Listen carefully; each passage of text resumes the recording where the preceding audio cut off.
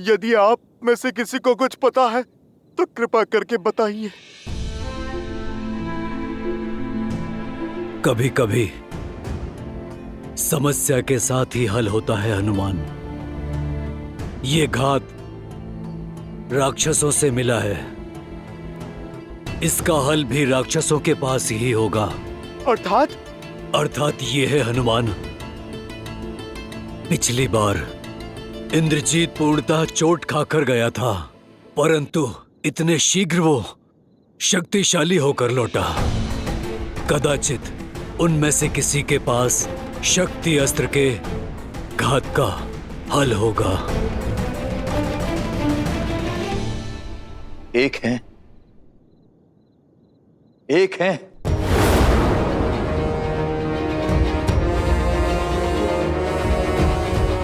जिनके पास इस अस्त्र के विष की काट हो सकती है। विभीषण जी, कृपा करके आप उसका परिचय दीजिए। लंका के राज्य वैद्य सुषेण, केवल उन्हीं के पास लक्ष्मण जी के घात का उपाय मिल सकता है, किंतु उन तक पहुंचना असंभव है। राक्षसों का मेला होगा, उनकी सुरक्षा के लिए लंका के भीतर घुस राक्षसों से बचकर उन्हें वहां से लाएगा कौन? हनुमान, शीघ्र अतिशीघ्र सुषेण को यहां लेकर आ। जी प्रभु, आपकी इच्छा मेरे लिए जीवन का लक्ष्य है। विभीषण जी, आप मुझे बताइए, लंका में कहां मिलेंगे सुषेण? जय श्री राम।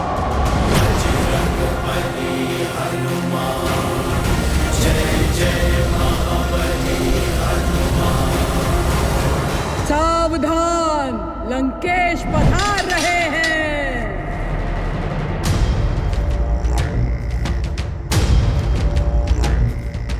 यस्य देवस्य गन्धर्वाः पिशाचपटक उरगाः विद्रवन्ति भयात् भीता मरुविद्यो इव सदा प्रजाः। कुछ अनुभव किया सीता?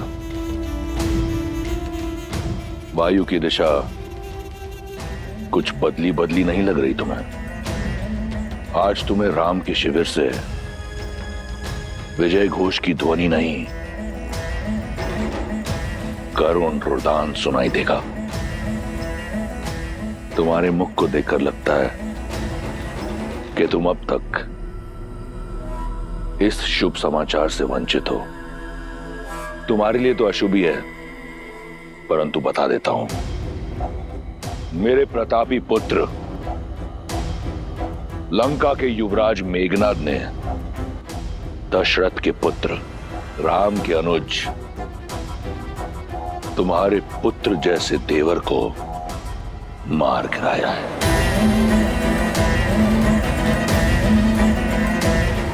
वो इस समय अपनी आखिरी सांसें ले रहा होगा। लक्ष्मण भैया,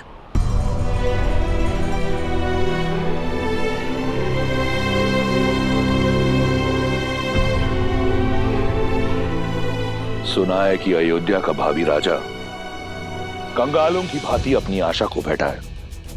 अहिल्या और शबरी जैसी स्त्रियों को तारने वाला स्वयं युद्ध भूमि में स्त्रियों की भांति बिलक बिलक कर विलाप कर रहा है।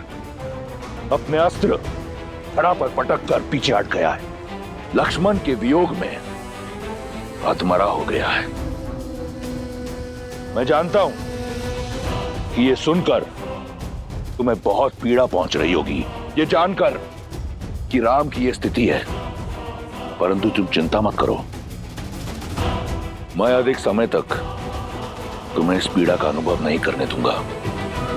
शीघ्र अतिशीघ्र राम को एक सुखद मृत्यु दूंगा, ताकि वो वहां जा सके अपने लक्ष्मण के पास। वहां लक्ष्मण भी तो अपने भाई की प्रतीक्षा कर रहा होगा। संघर्ष समाप्त हुआ सीता, अब तुम्हारे पास एक ही विकल्प है, लंकेश।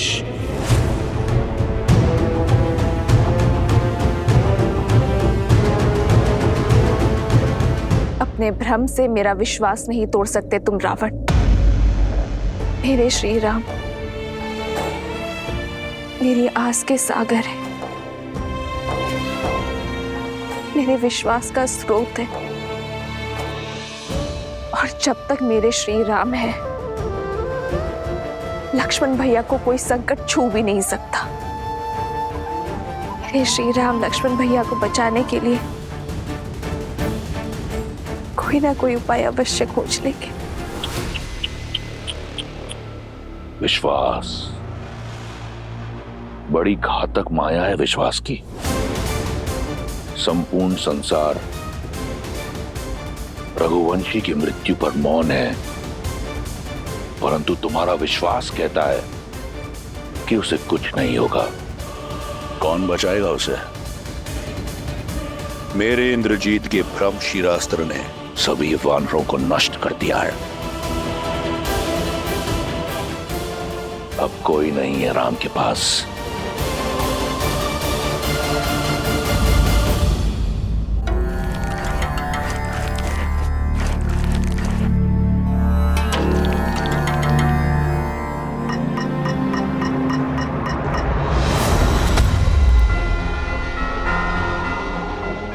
जय श्री राम।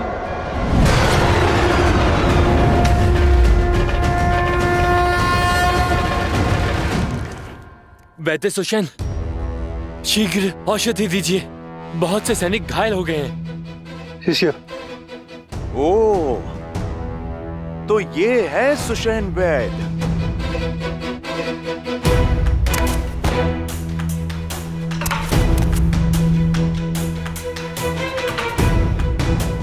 लीजिए।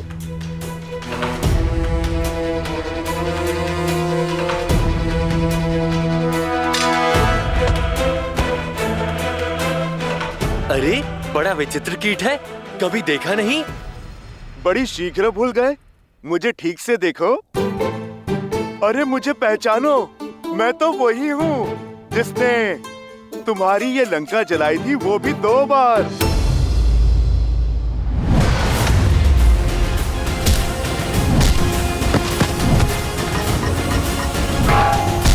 भागो, ये वही वानर है।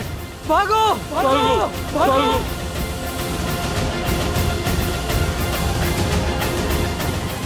वैद्य जी, आप चलिए मेरे साथ।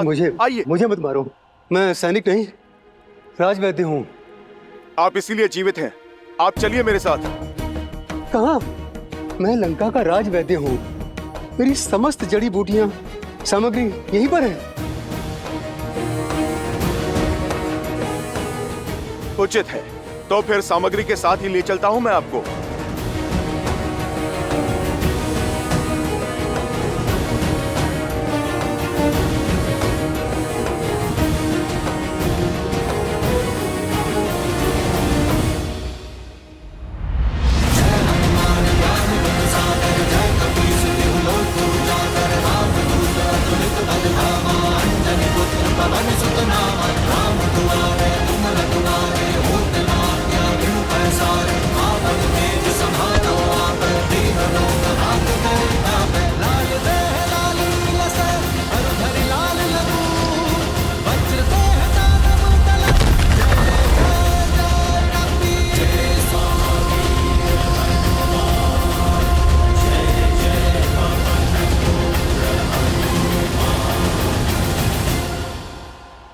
अरे, तो क्या कर रहे हो?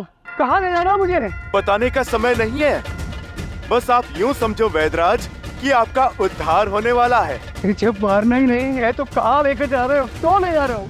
क्या काम है? बहुत काम कर लिया, पर आप रहे राक्षस ही।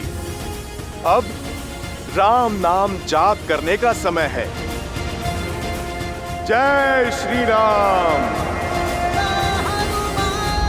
बचाओ, बचाओ, कोई है? बचाओ, रक्षा करो मेरी।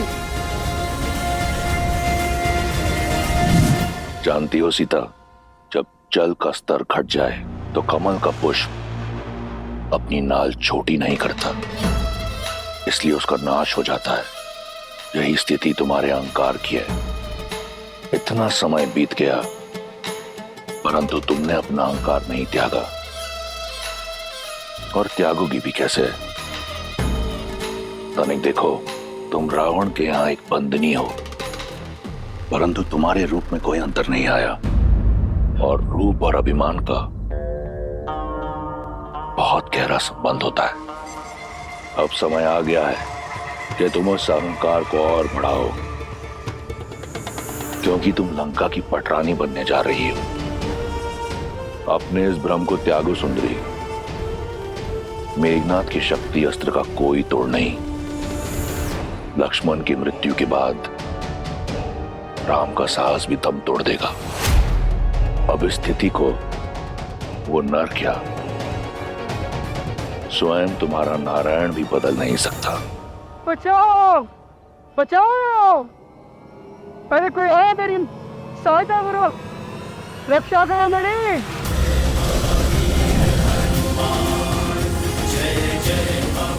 बचाओ बचाओ। जुसैन, आंखें खुल गई रावण। अभी तुम्ही ने कहा ना कि मैंने अपना पुत्र लक्ष्मण को खो दिया है। अब तुम ध्यान से देखो, पर अभी मेरा दूसरा पुत्र हनुमान शेष है, और जब तक मेरा एक पुत्र हनुमान जीवित है, मेरे दूसरे पुत्र को कुछ नहीं हो सकता। पावन है, वेग और दिशा कब बदल ले कोई नहीं जानता, और अब तो पवन पुत्र हनुमान लक्ष्मण भैया और मृत्यु के बीच में खड़े हैं। कहा था ना मैंने, श्री राम कोई ना कोई मार्ग अवश्य खोज लेंगे। कमल की नाल का उदाहरण उचित दिया था तुमने रावण, पर तुलना अनुचित है। वो कमल तुम हो, बलहीन होने के बाद भी अहंकार नहीं खो रहा। सीता रावण की हो जाए, वो समय कभी नहीं आएगा, पर तुम्हारे पास बहुत कम समय शेष है रावण। श्री राम से क्षमा मांग लो, ब्रह्मजाल से निकलकर सत्य को स्वीकार लो, अन्यथा राक्षस कुल का विनाश होने में कुछ चंद्र रात्रि ही शेष है।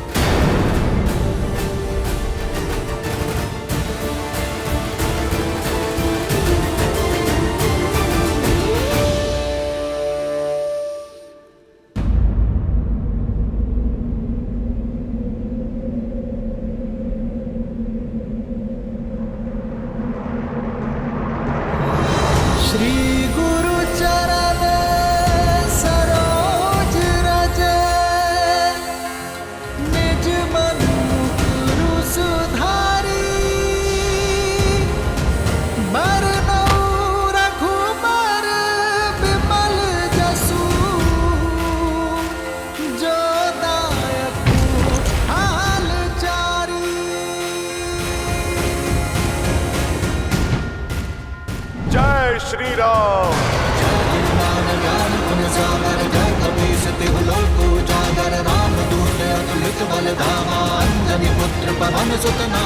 प्रभु, वैद्य सुषेण प्रस्तुत है।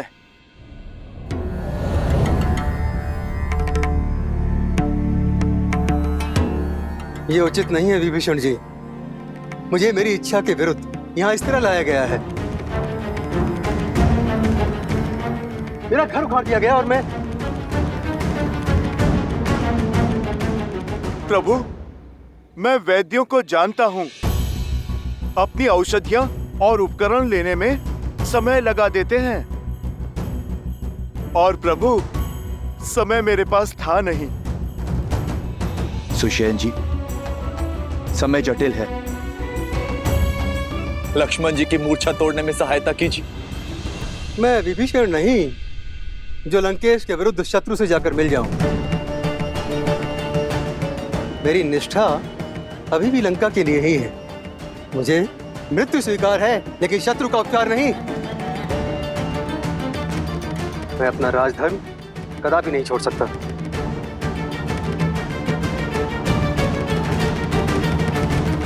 वैद्य जीवन देने की बात करते हैं वैद्यराज, जीवन लेने की नहीं।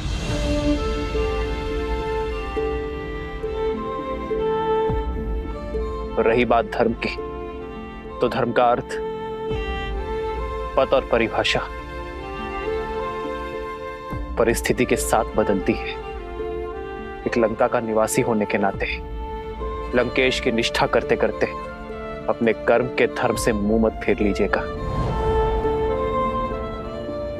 अनुमान का आपको यहां लाने का मार्ग जटिल अवश्य था, किंतु प्रयोजन में धर्म है। आपको एक शत्रु के रूप में नहीं, एक वैद्य के रूप में यहां लाया गया है। आप जानते हैं इस लोक में एक वैद्य को ईश्वर का स्थान क्यों दिया गया है? क्योंकि एक वैद्य ईश्वर की ही भांति मित्र या शत्रु में भेद नहीं करता। जो आस्था से सहायता मांगता है उनकी वो सहायता करता है। आयुर्वेद कहता है कि एक वैद्य का कर्म केवल एक राज्य की सीमा तक सीमित नहीं रहता। वैद्य का कर्तव्य संपूर्ण समाज, समस्त संसार का हित होता है।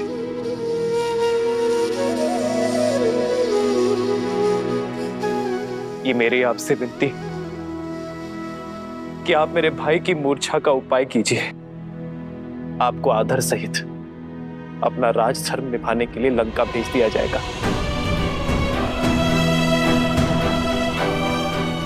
यदि आपके प्रयास ना करने के कारण मेरे लक्ष्मण के प्राण चले गए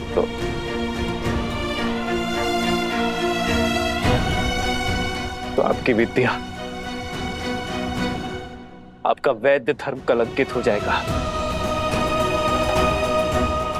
किस काम का वो ज्ञान, किस काम की वो शिक्षा जो किसी के प्राण बचाने का प्रयास तक ना कर सके।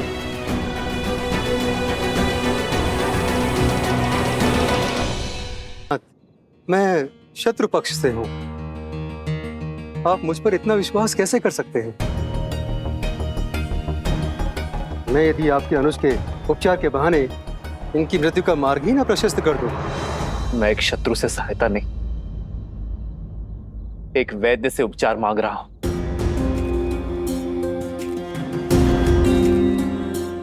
मैं अपना लक्ष्मण आपको सौंपता हूं, चाहे तो इसके प्राण बचा ले,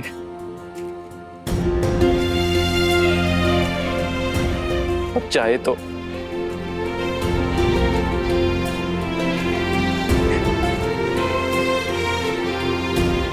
मुझे आप पर विश्वास है, ये मेरा चयन है और आप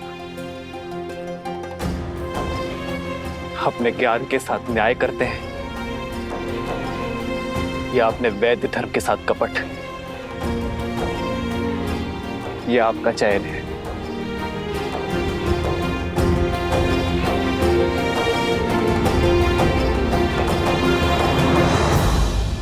जो कुछ भी सुना था वो असत्य नहीं था। धन्यवाद। मैं वैद्य तो बन गया, मगर मुझे वैद्य धर्म आपने सिखाया। आपने शत्रु के वैद्य पर विश्वास दिखाया है प्रभु। विश्वास रखिए, मेरी विद्या आपको निराश नहीं करेगी। वैद्यराज, धन्यवाद देने को बहुत समय है। पहले आप लक्ष्मण भैया की सुध कीजिए।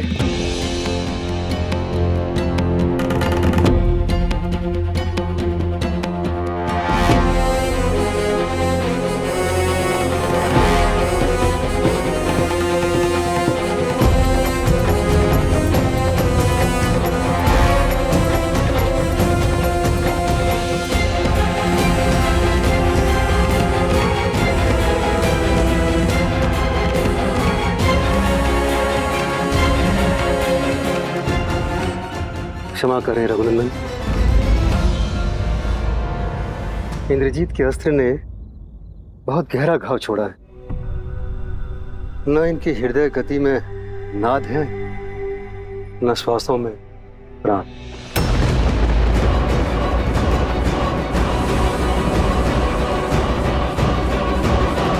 तो क्या समस्त लंका में कोई ऐसी औषधि, कोई ऐसा उपाय नहीं है जो इनके प्राण बचा सके।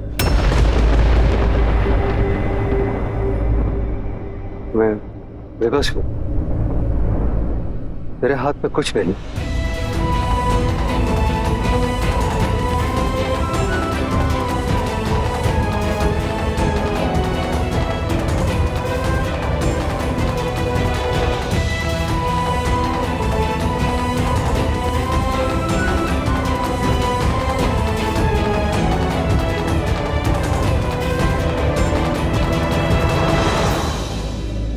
इस पूरे ब्रह्मांड में मेरे लक्ष्मण के प्राण बचाने का कोई तो उपाय होगा।